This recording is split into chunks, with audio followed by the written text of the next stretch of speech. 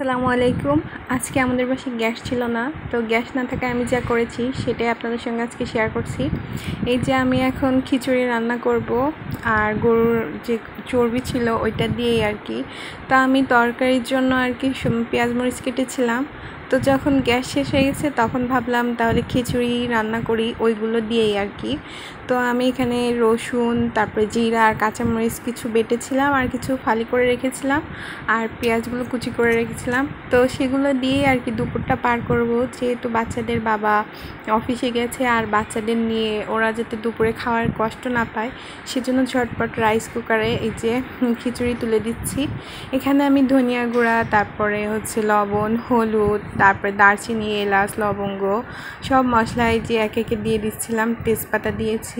এবার তেল দিয়ে তারপরে চালগুলোকে ভালো করে মেখে নিব আর কি, কষিয়ে নিয়ে তারপরে পরিমাণ মতো পানি দিয়ে রাইস কুকারে বসিয়ে দিব। রাইস কুকার আমরা সবাই কম বেশি ব্যবহার করতে জানি, আর কতটুকু চালে কতটুকু পানি দিতে হয় সেটাও আমরা জানি। তো এই তো সহজে আর কি খিচুড়িটা রেডি হয়ে যাবে, আর আমার দুপুরের খাওয়ায় কোনো অসুবিধা হবে না। এর সঙ্গে আমি লেবু আর শসার সালাদ কেটে নিব। এতে করে দেখা যাচ্ছে সবাই মিলে একটা ভালোই ভরপুর খাবার খাওয়া যাবে দুপুরে। তো গ্যাস না থাকলে আমি আর কি এরকমই করি। অনেক সময় দেখা যায় যে গ্যাস না থাকলে রান্না খাওয়ার একটা সমস্যা পড়তে হয়। তো সেক্ষেত্রে আমি রাইস কুকারে এরকম চটপট রান্না করে নিই, কোনো না কোনো একটা ব্যবস্থা আর কি হয়ে যায়। করে দেখা যাবে যে বাচ্চাদের বাবা যদি দুপুরে খেতে আসে, যদি মানে কি সে দুপুরেই খেতে আসবে, তো তারও যাতে কষ্ট না হয়, যেহেতু সে অফিস করে আসবে তো তাকে পেরেশানি দিতে চাই না। একবারে অফিস শেষ করে আসার পথেই গ্যাসটা নিয়ে আসুক, তো এসেই শুনবে যে গ্যাসটা নেই আর কি, আমি ফোন দিই নাই, তো সেও বুঝে নিবে আর তারও কষ্ট হবে না খাবার খেতে।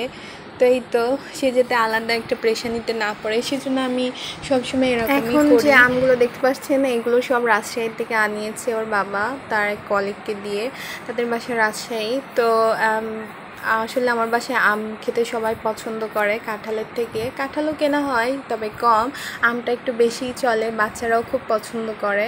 তো সেজন্য আম আনিয়েছে, আর এগুলো কিন্তু খুবই মিষ্টি ছিল আমগুলো। তো আমগুলো যাতে ভালো থাকে সেজন্য আর কিছু আধা কাঁচা আধা পাকা ছিল, তো পাকাগুলো সরিয়ে রেখে আর কাঁচাগুলো সুন্দর করে খাটের তলায় আর কি রাখছিলাম বস্তা বিছিয়ে দিয়ে। আর এখন এই যে বিছনার চাদরটা আর কি বিছিয়ে নিব, তুলে নিচ্ছি। আর আমাকে একটার ভিতরে সমস্ত কাজ শেষ করে নিতে হবে, তো সেজন্য খুব ব্যস্ত ছিলাম। আর আমার সাইডে কিন্তু আমার হেল্পিং হ্যান্ডরাও ছিল, তো তারা কিন্তু আমাকে ভীষণ হেল্প করছিল কাজে। তো দুইটা রুমেরই একই অবস্থা। এখন সব কিছু ঠিক করে তাদেরকে গোসল করাতে হবে, খাওয়ানো, তার বাবা চলে আসবে, তো সবটা মাথায় নিয়ে আমি সমস্ত কাজ সেরে নিচ্ছি।